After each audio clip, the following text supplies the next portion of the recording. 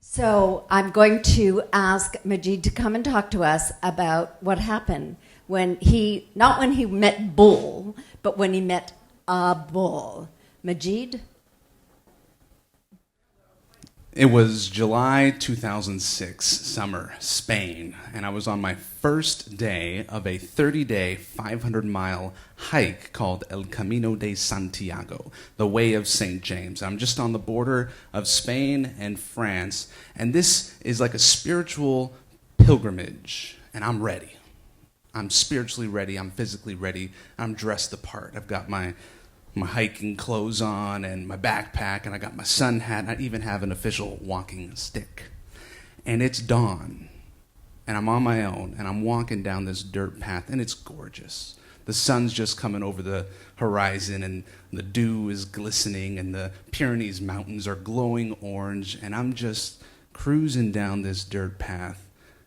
And about 1 hour into my hike, I come down to this old Spanish barn, and when I turn around the corner, there, standing in front of me, about 20 feet away, is a big black Spanish bull.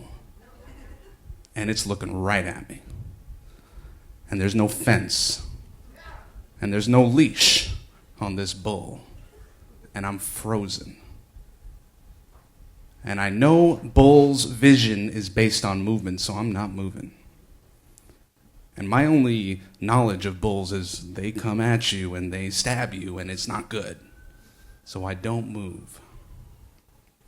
And it's looking at me, and I'm looking at it. And then it drops its head down. Horns pointed right at me. So I'm like, that's it. I'm going to die. I'm 19 years old. I'm going to die right here. And then what it does next changes the whole thing. It starts eating the grass.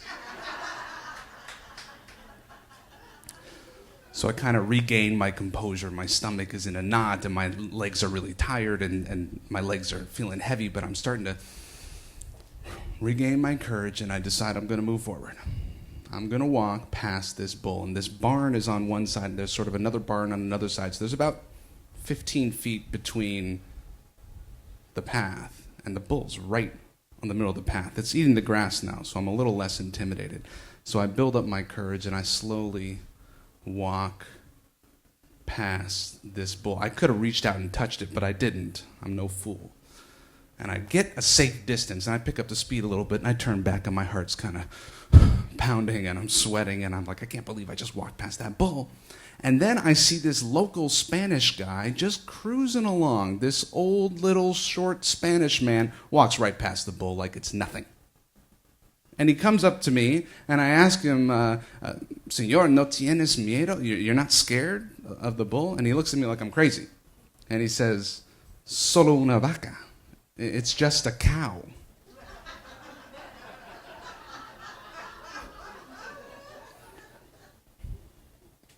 Four years later, 2010, I'm in Ottawa. I've started my business, my training, my business, my coaching business. I've got a couple clients, and I'm doing all right, but I haven't registered my business officially.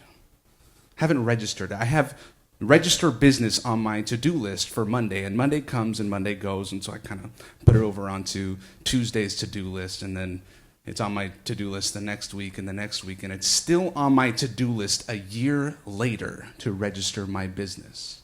I've got it in my notebook, I've got it on my phone, I've got it on Post-it notes, and one night I'm coming home from work.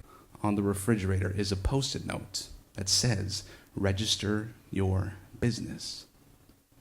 There's my bull standing right in my path, freaking me out. This big scary thing, registering my business, was a scary thing. And I had to build up the courage and move past it.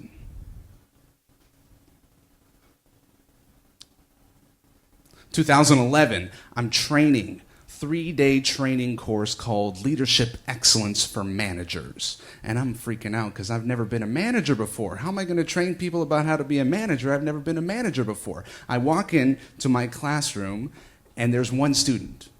And I look on the student roster and it says, 1 student. I have 1 student all 3 days. And I ask the person about himself. He tells me he's a VP at a Fortune 500 company. So I'm going, why am I teaching this course? You should be teaching this course. And we start, and I go through my content and my slides. And our first break, I go into the bathroom, and I look in the mirror, and I'm like sweating, and I'm going, I'm a phony. I'm going to get found out. I should not be teaching this course. And I look myself right in the eye. Guess what? There's my bull, standing in my path, freaking me out.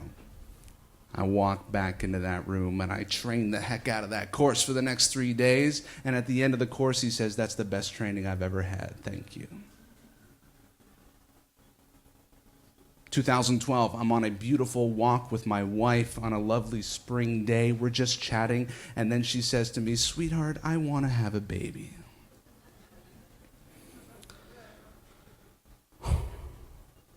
But honey, we're not in a financial position to have a baby, and besides, I'm not responsible enough to have a baby. And what about my freedom? And what about our plans? What do you mean have a baby now?